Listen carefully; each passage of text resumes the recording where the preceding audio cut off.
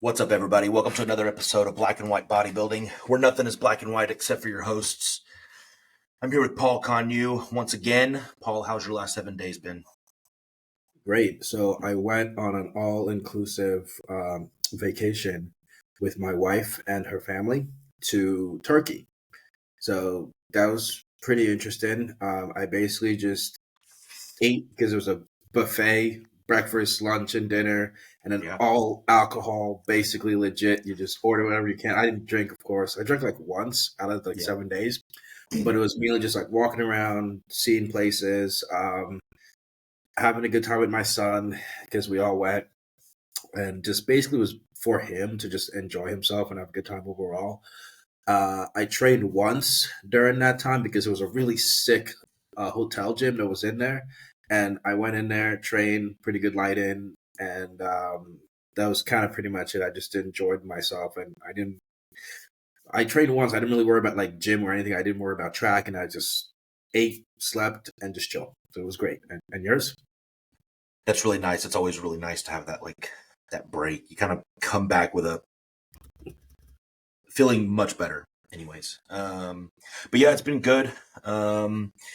I had a pretty good little influx of clientele over the last, I think it's been 2 weeks since we talked. So I've had a pretty good little influx of clientele. Had some videos do halfway decent on TikTok, and surprisingly got some good clientele from it. So I've got some people that I'm looking forward to seeing the progress on. Most of them want to compete for their first time, so that's always a lot of fun. My dog busted in the anal gland yesterday, so a little $800 later. She's 5 though, and we've never had a problem with her anal glands before, and so we had no idea that they need to be expressed. And we just one day or yesterday, she just had like a hole next to her butt, and you're like we thought she stabbed herself, and so we took her to an emergency vet because it was like big enough that we were like, this might need stitches. Yeah. And they said that the anal gland ruptured. So thankfully no stitches. They didn't have to put her under or anything like that. But she's got some antibiotics and stuff like that now, so she'll be fine. But yeah, fun little couple days with that. Yeah. Sure. Very stressful too. Yep. Yeah. So we both put up Q&As. I figure we just start with that and let's see where that leads us. Okay, sounds good. Do you want me to go first, or do you want to go? Yeah, go ahead. Okay. So I have a very interesting question for one of my clients. He always asks these questions like, "What is the largest land animal you believe the other could beat? No weapons, 15 by 15 room." I'm like, I don't know what this means. It's like, so if I were to think the largest land animal you believe the other could beat, in a 15 by 15 room. I don't know what that looks like. I can't even imagine what that looks like, to be honest. I mean, a large bedroom. Oh shit! Oh. Yeah. So it's like maybe something that's too big to fit in the room, and you can kind of like navigate around it. Maybe like because it doesn't have any room to go, but like 2 gorillas, maybe. Like, there's no way I'm beating a gorilla. No, you believe the other could beat. So it's not you.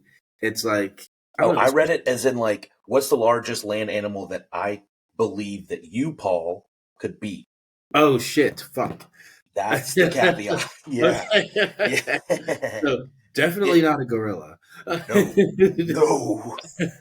No.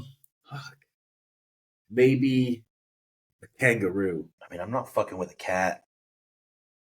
Yeah. I'd like to take a stab at a kangaroo. You know, a kangaroo. Okay. I mean, they're pretty agile, pretty good punching and stuff. I think if I was like hard, yeah. I was like a pretty good boxer and I knew how to box and I could kind of like bob and weave my way through things. I just get a little bit of a jab in there. But maybe we're not though. We're not, Paul. It's like okay, dude. Round 1. All right, 15 seconds later. Oh, yeah. I don't think I can do this. Yeah. Yeah, I don't know, to be honest. I couldn't really think of one. That's a That's a tough question because it's like how much of a man do you think you are? Yeah. I mean, not enough to fucking fight an animal, obviously. I mean, I feel like I could. I feel like I could defeat a dog, like in a life or death situation. I don't know about a cat though. Just because cats are like, you know, What's the size of the dog? I mean that's fair. It's like, Because like if there was what like kind a, of dog are we talking about here? I don't know, like what would be like a Yeah, big ass dog, like a German Shepherd? Are they even big? yeah. I mean, well, I mean, German shepherds are your police dogs. A German shepherd or a Malinois. Malinois are crazy. I've seen some pretty interesting dog breeds around here. Mhm. Obviously, all very like amazing looking and just incredible. I'm just like, huh, I never knew dogs like that existed. But it was Yeah. like this one dog which is like had like just fur all over, Mhm. and it was almost up to my waist. So I was What like, was it like? I mean, you have like a Saint Bernard. Was it black and brown and white? white, It was just white. just white. Probably a Great Pyrenees. But could be. Yeah, So yeah. maybe I could try to take that in a fight. You know? If I'm not mistaken, Great Pyrenees were bred as protect dogs against wolves. I might be wrong on that, but I believe so. But they do. Do they kind of like look like wolves a little bit? They're it kind of looked like a wolf. Well, the Great Pyrenees, do they look like wolves a little bit, No, or it's no? like a big ass bear Oh, geez. of a Okay, dog. okay. I mean, Um, I you don't know might that. be thinking, was its fur like real fluffy, or was it a little bit more dense?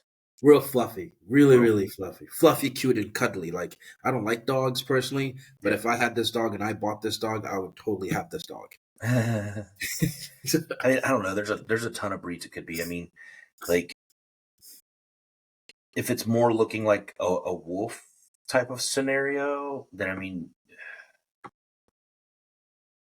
I really need to brush up on my dogs. yeah. I mean, there's all kinds of There's all kinds of dogs. dogs. Yeah. So okay, what's the next question? We're far from I before I die was and like, get wrecked. all right. So the next question somebody asked is like, what do you think of Mike's? I'm assuming they meant Dr. Mike Israel's upper and lower split, 6 days workout, 1 day rest for naturals. 6 days training, 1 day rest, upper lower split. So it's like Um, upper, lower, upper, lower, upper, lower, upper, yeah. lower. So first of all, I'm gonna say it because nobody really ever says it. Mike was a very early inspiration for me when I got into training, and I've trained with him a few times back in like 2019, 2020. But as time goes on, and I end up kind of just trying to be more of like a advanced bodybuilder and be more bodybuilding esque, I find half of the shit that Mike says extremely pointless and stupid. Um, so with that said, training upper lower upper lower upper lower 6 days a week is just a horrible idea to begin with, just because there's so much there's so much damage being done on the upper body, and then the next day you're going to go back again and do the lower body. Depends, it also depends on like the amount of like sets that you're using total. Some people may go for 2 or 3, but even if you were to do like a full upper body day on a Monday and it's like 3 sets a piece, that's like a good fucking solid hour and a half to 2 hours of training. Mhm. And then you didn't really rest up the upper portion of your body. And then the next day you go back and then you train the lower portion. That's going to be a little bit more systemically fatiguing because Mhm. it's leg day. You ever done It's leg day? legs. Yeah. And then you do that like repeated, like upper, lower, upper, and just get 1 day in between the rest between the entire week. And you're a natural. That is a horrible idea. Yeah. The only way that I see you being able to train like that is if you structure it in a manner where you are super controlled on your volume and you're super controlled on your intensity. And so what I mean by that is like each session isn't 100% and um you're not doing like 3 sets per muscle. I mean maybe you're doing on an upper day you're doing 1 or 2 sets max per muscle, Mhm. and then you're cutting out intensifiers and then even legs, like, again, it's got to be like 1 or 2 sets per, like a quad, a hamstring, a hamstring, an adductor, a glute maybe, and a calf. But your sets still need to be pretty low, especially assuming you're training till failure, right? And then if you're just doing like subpar work, if you're doing, 70% or pump training or something of that nature, one of those days, maybe there's a way that it can work. But I personally wouldn't suggest it for anybody. I just don't know that. Yeah, I mean, especially for a natural, man, you Yeah. kind of need time to rest, right? And Yeah. you don't have enhanced recoverability, right? Like, so you've got to control how much you're beating up your body. Um, yeah, maybe it could be done and programmed properly. But I would say by and large, I'm gonna say that I wouldn't do it for a natural. Yeah, I Yeah. probably wouldn't even do it for an enhanced guy, to be honest. Pretty much. I think the only way where I would see that would make sense if you were to do like 2 sets per upper body parts, Yeah. like have a total of like back, chest, arms, bis and tris, and then shoulders. That would be about 12 sets total if you were to do 2 sets. Yep. And then if you were to do the lower body, you wouldn't do like a full leg day. You may be able to split it up to like maybe you can warm up with like leg extensions for like 2 to 3 sets with like higher rep ranges, like 12 to 15. And then you have 2 exercises for hamstrings. So that way all the focus is on that hamstrings. Yep. While the quads are only being trained with just that leg extension, like stiff legged deadlift or Jesus Christ, or seated leg curls variation. That could be like 2 to 3 sets a piece. So that way you're still able to recover before the next training session. Because if you were to do the next lower body session, it would just be hamstrings, maybe just a leg curl, and then leg press, and then leg extension, and then that covers like the upper body, the lower body portion of it. So it would work that way. But also, I just don't find the whole 6 days a week training straight a good idea. Yeah, 6 days of training straight, I just don't think is a good idea. In 90% of 95% of scenarios, right? Like, there's going to be some people that are outliers that can absolutely do it. And it, like we mentioned, it also depends on the structure of the training. And if you're able to mentally pull yourself back, a lot of bodybuilders, they can't, right? Like they go in and they give everything they have, and they're just psychopaths like that. Some people can auto regulate that, and they can go in and just have a pump workout, right? Like, so it's going to depend on person by and large, and then the structure, like you mentioned. I think that's probably the perfect way to structure it, is that like one day you train something really hard and you just touch the other, then you kind of swap that and just alternate that cycle. I think that's kind of the only way I would think that would kind of work. There might be other ways based on the person's personal preference. Yeah. But I mean, it's a good training program. It could work if it's implemented properly. Extremely meticulous. Yeah. It would have to be extremely meticulous. Yeah. Recovery would have to be extremely meticulous. Yeah. Most people, I think it's just the idea of just going in to train with like one body part, right? Within that session. It's just not, no one's going to try to go to the gym like, let me just do my arms, which is biceps, and then let me just do like one exercise each for every single body part. People psychologically, mentally, no. I couldn't, because it's like by the time I warm up that muscle and I get it moving properly, now I'm just going to do 1 set till failure or 2 sets till failure, and I'm not going to do any other movement for that muscle, and then I got to go warm up a completely different muscle, then I got to do that again. That's just going to piss me off. Yeah.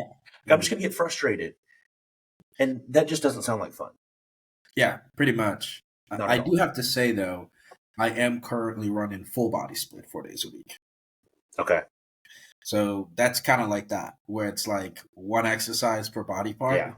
Monday, Tuesday, and then off Wednesday, Monday, and then Thursday, Friday, off Saturdays and Sundays. So like really, really low volume, like 2 sets a piece, and then that's pretty much it. So it's a little boring. I'm not gonna lie, But Yeah. I'm like, I'm in my recovery phase, bro. I don't Yeah. care. I do whatever it takes to Yeah. recover. I mean, I'm running, 2 on, 1 off, and I'm actually loving it. Like, I'm having a lot of fun because it's like I'm not just training 4 days a week anymore. So it's like Yeah, I'm going in and I'm, hammering shit as hard I as I know. can. It's like It's like the best split in the world. I don't yeah. know what is it about that split that's just so I think it's because versatile. it's like you have ample amount of rest because you're resting every third day, Mhm. but you're also not taking like a ton of days. Like you're not taking 2 days back to back off. And so it's like you're still in the gym very often, but you have good rest and recoverability Agreed. attached to it. Yeah. Yep. So okay. I got a couple questions here. Let's start with the more philosophical one. I guess Mhm. philosophical, not really. If you could start your career over again, what would you do differently? You go. Let's If I could explain. start coaching over again, what would I do differently? Um, we'll just say that I started coaching in 2020. We'll just say I start coaching in 2020, same time frame. I would have done a couple things differently. I would have started posting on social media much earlier, even if my content or my thoughts were bad. I just would have started that much earlier. And there's some people that I now, yeah, that, or I just would have started it in general earlier. Like I would have started the process of like, you know, understanding. There was a lot of things that I didn't understand before 2020, and I just wish I would have started it all earlier. I think that's really the only thing. Hmm. Yeah. Um. So before I started coaching, I spent like 3 to 4 years learning about how to train. Mm-hmm. From like 2016 to like 2019, 2020, because I didn't want to just like, you know, take people's money and not know how to like get them the right Yep. results. So it's very hard for me to think of something I could kind of nitpick, but I would say contest prep. I wish I learned more about contest prep when I started coaching because I had a lot of trial and errors, but I wish I just knew what I was doing when it comes to like prepping people, when Yeah. to have a specific phase.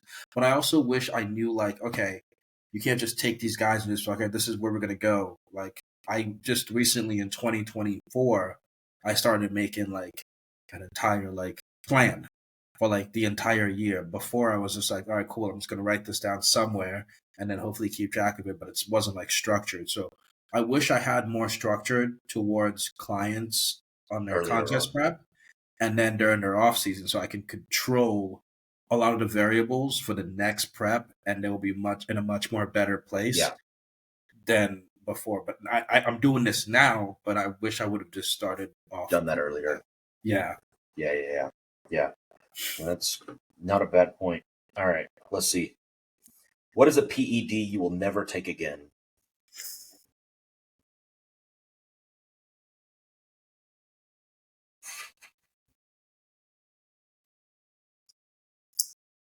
I, Yep. I had the same struggle. yeah, I was like, man.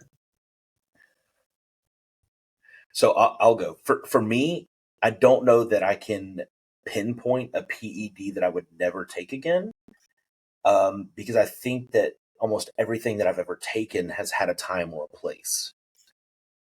I will say though that if I never prep again, I will never use Tren again. I will only ever use Tren if I prep. Um, the only other drug that I would be completely the only other two drugs that I would be completely okay with never using again, just because like I felt their effects, they just weren't my favorite, or I felt like maybe um, they just weren't as effective for me personally. They're great for other people, but would be probably Primo and Anavar. I actually let me take that back. I'm just going to say Primo because I've really only used Anavar once, and I liked what it did. But for Primo, I just feel like I can get much more bang for my buck with other places. That's a fair point. I don't have a specific brand or a PED that I would probably never take ever again. Like you, everything I've tried up to this point has had like their time and place and when to apply them. If I were to say something, a dose that I would never do would basically be back in 2020, the final week of contest prep. I did go against my coach's order, but the final week of the contest prep in 2020 before I turned pro, but I was also going through a fuckload of shit. I did try to run 100 milligrams of Tren Ace every day leading up to the show. Yep. I couldn't really say there was like a particular side effect that I felt, but sleep was non-existent. Yeah. Yeah. But it was only that 1 week I was like, let's see what will happen kind of thing. That's why, like, you ever see like that video of like where like I'm posing like in like the bathroom lighting and I look full and round and just like insanely looking. It's a very like You viral always video. look full, round, and insane. But The fuck? but that one was like a whole different story. So I had a bunch of Kit Kats that night. When Imagine that. Imagine that, Paul. I had a bunch of Kit Kats, a bunch of candies, and then I woke up the next morning and I was just like full round and just bubbly as hell, running 700 milligrams of Tren that week. And then I went in after I was done like training and I posed and I was just like, I posted the video like 2 days later, went viral. Legit just went viral. But I will never do that ever again. Hi, my name is Paul, and I did everything my coach didn't tell me to do, and I looked fucking nuts, and I probably won the show. I did. I got my pro card. Yeah, imagine that. Fuck you. So I've run 600 milligrams of Tren a couple of times. So not 100 a day, but 106 days out of the week. Yeah. And yeah, I got to agree, man. Sleep is non-existent. I actually didn't, and I didn't. Thankfully, I didn't have to do that for this last prep. I actually used way less than what I've ever used before. I think I only used like 30 milligrams a day this last prep, so it was like 210 milligrams, which is actually the lowest dose of Tren that I've ever taken. It's nice. Yeah, super. I nice. mean, my first time using Tren, it was made in the 76 milligram per milliliter. Oh, you got parabolin or yeah. This was years and years ago, probably like 2016, 2015, 2016, somewhere in there. Yeah, okay. It was 76 milligrams per milliliter, and I did it every other day, and that I've never had as many side effects as I did that one time. So interesting. The only side effects I've had from Tren was just not being able to sleep, but that was cool because I was kind of like wired all day. But yeah. I nowadays, like, I think the last prep it was like about the same where you're at, but then like we had to bump it up later on to like 200. And then that was pretty much it. But I don't even think 200 was necessary because I think Tren at like 30 to 50 a week or a probably day? 200 per week. Okay, so mine was 30 per day, so 210 per week. Yeah, so roughly, but like 30 to 50 milligrams of Tren per week. I've tried it and it was pretty interesting because you don't get the side effects of the sleep or anything else, but you get more of like I guess the conditioning of the physique. But it's when you go a little bit above that is when you start getting the anabolism effect. Yeah. So my first time I didn't sleep. I had the worst night sweats. It would be like below 70 degrees in the house. I would sleep naked. I would not have any covers on, and I would still wake up in a puddle of sweat. The sweating was that bad. my dreams were actually, I do still get very wild, vivid dreams, but they would be extremely wild and vivid. Like they're super real. Um, and then I had no cardio. Like I couldn't even do the work while having sex because I would be like having an asthma attack. It was so bad. And when I pulled it, it all went away. So, but that's the only time I've ever experienced like really harsh side effects from tren, even at a high dose. Yeah. But I was also like, most of the side effects that I've had in the past were mainly because I was just younger and I wasn't like as well developed Yeah. brain wise. Yeah. Like, so anger, aggression, and Mhm. all those things would happen at that age because of all the hormones just happening. Plus, you're kind of like in your 20s. You're just not But mature. yeah, like nowadays, I just like, nowadays, man, when I'm on gear and people are telling me these horror stories about like how like they're going crazy off the walls, they're angered, and I'm just like, bro, why do you feel like that? Yeah. So Yeah. I we're tell just people all the time, like it just enhances who you are naturally. yeah, Like, don't get me wrong, I definitely have a shorter fuse on tren. I just have a much lower tolerance for stupid people. Is what it is. But I'm not angry. Like I just have a shorter fuse, and that fuse almost virtually never gets like, you know what I mean? Like it never blows out. It did one time. I tried to get a guy to pull over because he almost made me crash on 45. Um, he like was riding me really hard, and I slowed down because I wasn't dealing with it. And so then he swerved over and he tried to cut me off. But when he cut me off, his rear tire was going to hit my front tire. And so I had to slam on my brakes, and so I lost it. It was like the last 2 weeks of prep too, so I was like no carbs, like I was not good. So, funny story about that. When I was younger and I was running tren, like in my 20s, it was like the first time starting it. And I was like feeling like very like Superman esque kind of thing. Mm-hmm. And again, this one dude like drove right past me. And bro, when I tell you like I just fucking lost it. Like the dude just like kind of like swerved around me and just drove. Like he didn't like hit me or anything. But I was pissed off at the guy because he could not wait for the fucking light to turn green. So So dude ran the red light. he ran the red light, and he was So behind. he probably had an emergency going on or No, no, no, something. no, no, no. Here's where it gets crazy. Okay, the dude was going to the gym. He was going to the gym to go train, and I was going to the exact same gym where he And he was just going to ran the go red train. light. He just ran the red light past me, and I saw him parked in the gym parking lot, and I was like, "This motherfucker." So I literally walked into the gym extremely just pissed and fucking like just like annoyed out of my Yep. mind. And I walked up to that and I was like, "What the fuck is your problem?" And I just like screamed at him, and I just like, I was like, I was about to fight the dude. Oh my God, Paul, that's amazing.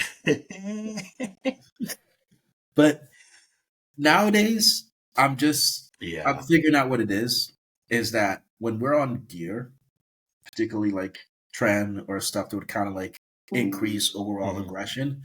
I honestly think it's just because we don't have fucking food, dog. Have Yeah. you ever meet somebody on trend that has a lot of food? Hmm. Yeah, that's what I'm They're, saying. Like they're it's pretty chill. yeah, it's the dieting portion I think has a bigger effect than the drugs do. Yep.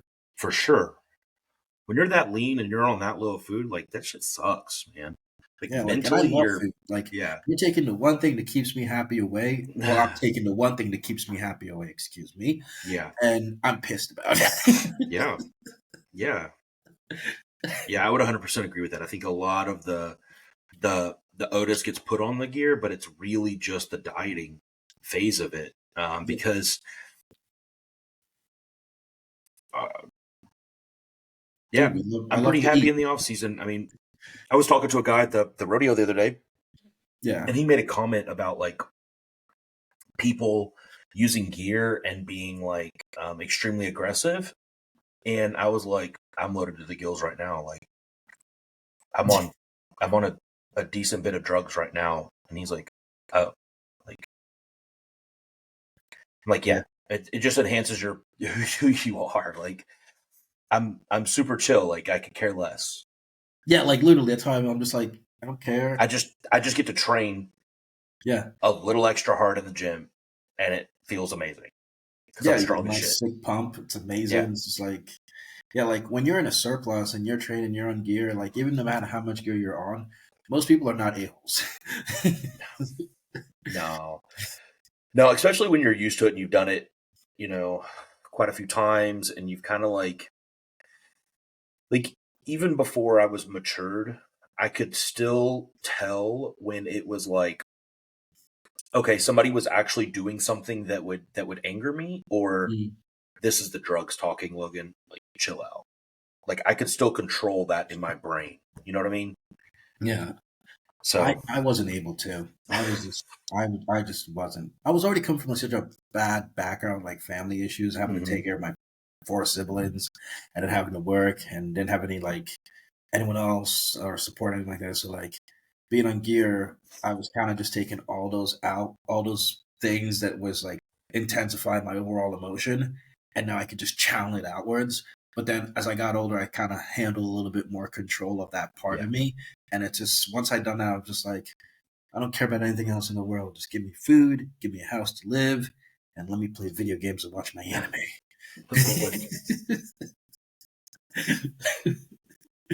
So yeah, Oh, life is simple. Life is simple. yeah, that's literally it. That's all I want, man. Like if I Yeah. have a roof over my head and I'm watching my anime, playing video games, I'm eating food, like I'll do whatever to keep that going. So I actually don't play video games because I get too sucked in and I can't step away. I did last all for the last 2 months. I was playing Diablo 4 for like hours on end, just Yeah. grinding my ass off to like max level cap. I got to like level 60 and I started grinding Hmm. to like the Paragon levels. And then every day I would like just stay up late just to finish up playing the game. And then I would just be like, all right, this is getting pretty bad. This, yeah. I'm good. Yeah. So I go through like phases where I will like download a game on my phone maybe like and I'll play it at the end of the night to relax and I it starts off fine where I just play it for a little bit but then it slowly picks up where like I'll pick it up during work and I'll start playing it then and then like things like that. So yeah, I just do my best not to download games on my phone and then I don't own any video game consoles um because I will just play and play. Yeah, Yeah. yeah. So That's the next question. all right. The That last was a long question that I one. have. This is going to be an interesting one. Diuretic use leading to a show. Which do y'all prefer? I actually didn't start implementing diuretics till last year. And first, the coach that had me implement it, it was the late, not last week, the God, I'm losing my brain. It was starts with an L. Oh, L Dactone. It Aldactone was L starts with Dactone. an A. Yeah, that starts with an A. Sorry, Yeah. close enough.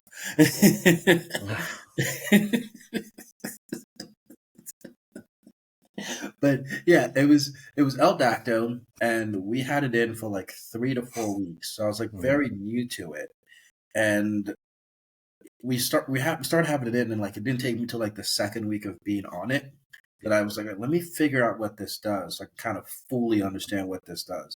I Mhm. read so many uh, webs, so many forums, so many like places.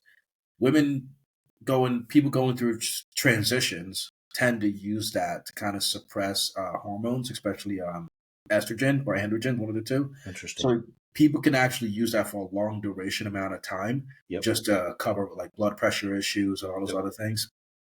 And we had that in for like 3 weeks, and that was the main reason. But the main reason why it was used for that duration is to what was he said? It was to increase uh potassium, I think, over Yes. It is. time. It is potassium sparing. Yeah, it was to increase potassium sparing, but it's like a mild diuretic. So it Yes. wouldn't really like cause like a crazy amount of like electrolyte imbalance or anything like that. But then after that, they would kind of follow it up with like, I think with a loop diuretic, which would be like the Lasix. So that Mhm. was like the first time that I did that. It was in 2023 actually. And it was the first time where like when I got on stage and my back, the lower portion of my back looked really, really filmy with water and it just looked really, really weird. And then I was like, yeah, I'm probably not going to do this ever again because I just, it just didn't give me a pleasing look, Sure. pleasing physique. But if I were to, the recent one that I used recently in 2024 was Diazide. Yep. So that was a little bit more manageable in the Hmm. sense of like I wasn't on it for such a long duration. That was like the last day of the show Yep. and then the morning of the show, just Yep. to pull out whatever extra water that was in. Did you use full blown diazide, which is going to be hydrochlorothiazide and try? Hydrochloric.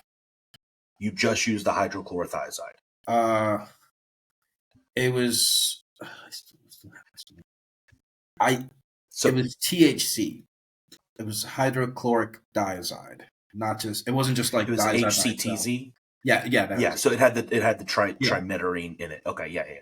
A yeah. lot of some people will call hydrochlorothiazide diazide as well, but Mm, diazide is really the hydrochlorothiazide and the trimeterine. I'm probably pronouncing that wrong. trimetrine, Yeah, metrine. yeah, it's both Uh, of them in one tab. yeah. Um, and those are really the only two that I'll use. So in Europe, they only have hydrochloric diazide. Hydrochlorothiazide. Yeah, hydrochloric Yeah, trimetrine in Europe, but they don't with like it or without it. with it.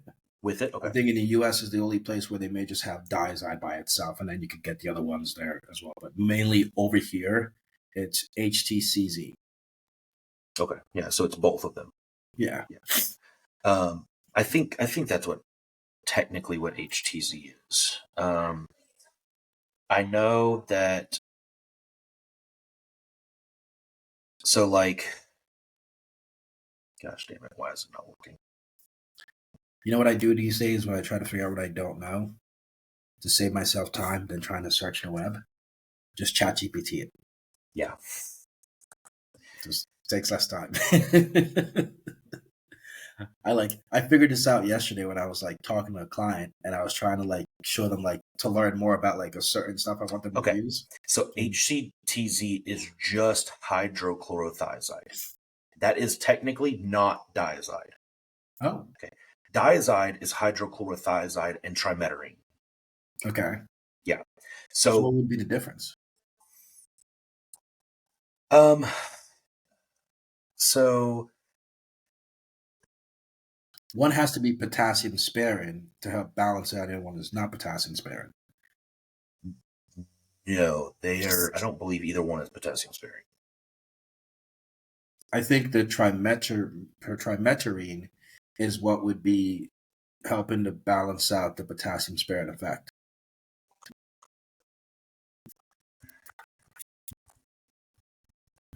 Look at that, guys. Real live Yeah, information see, I to mean learn. the diuretics ones are it's always the ones that I get confused on.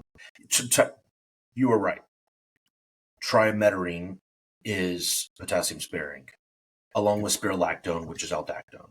Okay. Um, so when you get it, yeah. So like in previous years, I used diazide. This last year, I just used hydrochlorothiazide. Mm. But the difference is that my hydrochlorothiazide was in 12.5 milligram capsules, Mm. whereas I Like deep by believe, 20. yeah, the other ones are like 25 and 37 and a half. Mm. So I was using like half of the 12 and a half. Okay. Like I was using like 6 milligrams at a time. So I was using like very, very little um, diuretic. And even then, when he gave me diuretic, I was still like he gave me some diuretic over before bed. Every time I woke up, he still whatever and anytime I peed, he wanted me to drink. I don't know. It was like 3 ounces of water. Mm. And really to kind of keep, you just don't want aldosterone raising. So, like our use for the diuretic was very minimal. And even when I've implemented them for people, um, it's generally very minimal. Fair enough. Yeah. So I had like 6 out of the tabs to kind of use, and I just kind of like trickle that in throughout Yeah. the day of the show, Yeah. all the way to the night show. Yeah. So we can agree. I don't really like to use loop diuretics like Lasix or anything like that. Yeah, I'm I don't know. probably never gonna do that ever again. Yeah. Just because when they did it, it's just like it was my Yeah. very first time, so it was interesting though. Whereas when with these two drugs, you can they're kind of in and out, and they're for a very short duration. You can use them at a very low, moderate dose, and you can control your risk for flattening out and complications much easier Mm. than with some of the other stuff. And I think like the mistake on that one when we did it back in 2023 was we kind of reduced water. Yeah. Which was like not a good idea. Sometimes based on my experience with using diazide, it depends on which one. Yep. I think it's super important to keep the water in, regardless, no matter what. Just keep the water in, so this way you're not gonna lose fullness. Yeah, because I mean, the idea is that if you're already drinking, let's say you're drinking a gallon and a half leading into the show,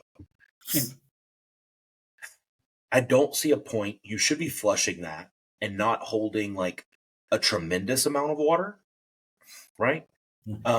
Because your body is pretty regulated through that, right? Yeah. So if we just take a little bit of diuretic with that, a faster diuretic like HCTZ or a diazide, we can just flush a little bit more of that water out and just dry out a little. Yep, but you still Right. keep the overall fullness of the muscle because there's still intracellular water. Exactly, right? And we still have something because you still need water to flush the carbs. You still need water for them to be able to process and to actually go into the muscle. Just for transport. Yeah, right? Otherwise, it's just sitting in the gut. Like, you still need that water in. So, yeah, I think kind of the old school methods of like not drinking water for a couple of days are kind of like out. Like, I don't really know many people that do that anymore. Yeah, well, we were drinking water all the way through, but it was just pulled out the night. Yeah, it just pulls. This just pulled back. Yeah, but that also kind of like screws you up because if you pull water the night of the show, eventually when you wake up and you start drinking water, you're gonna be flat first thing in the morning. But that's because there's not enough water to be able to keep the fullness. Yeah. Plus, the foods are probably really low at that point, and then that's when most people tend to kind of like, all right, let's jam your mouth up with carbs and carbs and carbs. Well, let's not drink any water or anything like that. So if you pull the water overnight and then you try to put it back in, you're likely going to end up spilling over, and you're not going to be looking as sharp as you should because eventually, if you're eating carbs, you're adding water slowly, that's going to probably let you spill over a little bit. What I've kind of figured that likely works best. This is without like God, I keep on forgetting the name of these things. What are they called again? What? What were we talking about? Diuretics? Diuretics, yeah. So what I figured out recently is just like, just get the client ready, right? If you need to feed them, it depends on the situation. Feed them the first 2 to 3 days at the start of the week, like that Monday or Tuesday, and then just increase the fat a little bit for like intracellular for like triglycerides to kind of like fill up, and then once you get where you need to, essentially just pull down on the carbs. Pull down on the fats a little bit and then increase the carbs up slightly based on how you want them to look the night before the show. If you do that right, they should be ready if they're in a good position. And all you got to do is just eat as little as possible, man. Like, because you're already filled up, you've already reserved triglycerides and glycogen from the fat load-in phase. If you just eat up just a little bit, you'll still keep everything you need, and you just go and walk in. So that's one thing I want to trying to like keep on implementing and then see how it goes. Because I've had so many experiences with like prep where a coach would kind of do different things and it would just fuck everything up. Yeah. And I'm also knowing that my body tends to hold a lot of water. So Hmm. if you just give me food at the start of the week, right, and just let me hold my condition, I'm not going to get flat. I don't ever get flat. So Yeah. just give me food, and then we just hold that look. And then if you need to pull whatever you got to pull, even if it's just a little bit of water, like the night before the show, but still keep the liquids maybe to like Hmm. 2 gallons all the way throughout the week, and then just pull out whatever you need to the night of the show to still have some water in.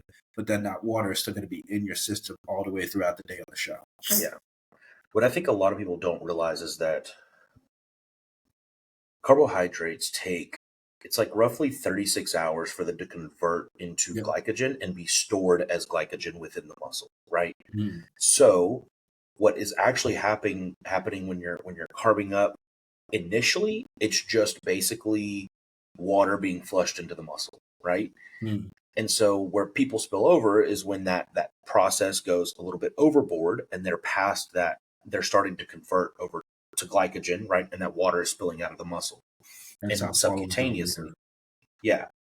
And so what you're doing earlier in that week with the is you're kind of taking care of that on the front end, right? And now you've got the muscle glycogen in. So now you're good, right? The Mm. only caveat to that is like for a person that has to make weight, you may not be able to do that earlier on in the week if you have to make weight. It just depends on the person and the scenario. Mm. Yeah. That's why like recently now what I do with like classic competitors is I just keep them at least like 20 pounds over their stage weight. Yeah. And then once they're at 20 pounds over their stage weight, we just hold that. But then over time, they're going to get leaner because they're holding that much. They're holding the weight, but then their condition is going to get better because they're staying at that weight. Calories are not being bumped up dramatically. If they are, it's just by a little bit just to kind of hold things where it needs to be. And then when it's time for contest prep, you just be like, hey, man, let's spend 8 to 10 weeks just to pull a little bit of weight off. It could be a little bit of extra fat that we might have accumulated during the off season, Yep. which wouldn't be much at this point. But then you pull out, you still got like 10 to 12 pounds to make weight, and you do like a 16-week prep, and you kind of just start up androgens at that point. You're going to grow a little bit into the show, but you don't have to worry about making the weight. And that's sort of how I've been doing my own preps is I've just stayed within 20 pounds striking distance Yep. because I don't need more food to gain more muscle tissue. If I have a lot of food and I'm training and everything's there, the energy substrate for food for anabolism to be there, it's going to be there. I don't need to eat 5,000 calories. Yeah. I mean, in part, it's going to be dependent upon how much muscle tissue you need to put on, right? Yeah. If you're 40 pounds below your cap, Yeah, that would be a bit of an issue. we got to, yeah, that's a different story than if you're 5, Yeah. you know? But yeah, I mean, it all applies, right? Like I'm sitting at 225 right now. I was 189 at my low. My weight cap is 209. So we actually just bumped up food because my calories have been a little bit lower for the last 4 weeks, just as kind of like he wanted to kind of clean up a little bit post vacation. And so food just got bumped up pretty good today. So we'll see what happens from here. But I have a feeling that we're going to maintain a much leaner physique this year instead of getting to that, like, because like what I don't want to do again is lose 50 or 60 pounds again.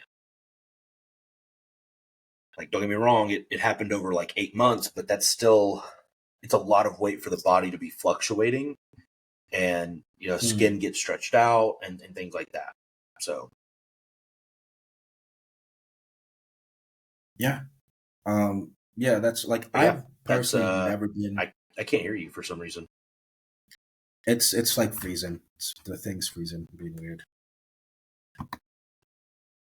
Oh, I okay. think we are losing Paul. Can you hear me now? Yeah, I can hear you now. Okay. It's screen's off, but whatever. It's all cool. It's all good. Yeah, like I personally never been 230. Maybe I should be 230, but I'd never like. I'm freaking like five. I'm 5'7", man. Like with the classic weight cap, I don't think there's a reason for me to be 230 pounds. But if I can milk like 220, 225, and every year the conditioning just gets better and better, I'd rather do that for like whatever amount of years I need to. For sure. I mean, it makes sense, right? Because like when I was 248 this year, I was. Do you need to go, You're dude? good. I know we kind of hopped on at a different time today. Fuck. Hold on. Can you hear me? Yeah. Okay, cool. Yeah, somebody was fucking calling me out of nowhere. But you're good. Sorry, what were you saying? Um. Yeah, I just think that when you get like that high over your stage weight, that you're gonna begin like I started having some health concerns, right? Like I had to get heart testing done, and then we thought that I was having some kidney issues, but I wasn't. Because when the heart testing was done, my blood pressure was pretty high.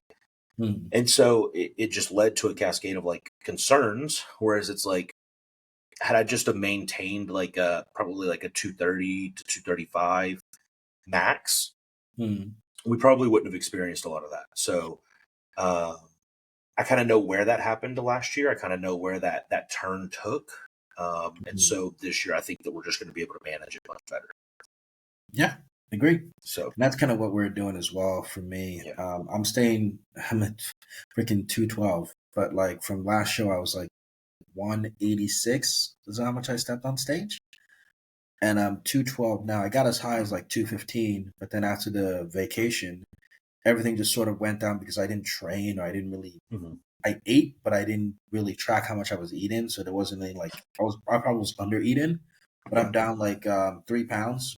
But that's just Okay. from not training and just having less inflammation overall. So by the end of this week, I should be back up to 214, 215, and I'm also cruising. So my goal is to put on um, 6 to 8 pounds in the next 10 weeks, and Mm-hmm. just be at a solid 220 pounds. Yeah.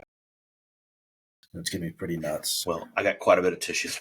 I got like 20 pounds before my weight cap. So I have no idea how big we'll get. I just know that if we can, I just want to maintain a little bit leaner physique this time around, Mhm. just so that we don't have a lot of those health concerns that we had previously. Also, so that I don't have to lose 60 pounds again, because it's a lot Yeah, of weight to lose. it But is. Mhm. yeah, so all right, I figure we about wrap it up there. Yep. Sounds good. That kind of works out. Solid. Let me know when you end the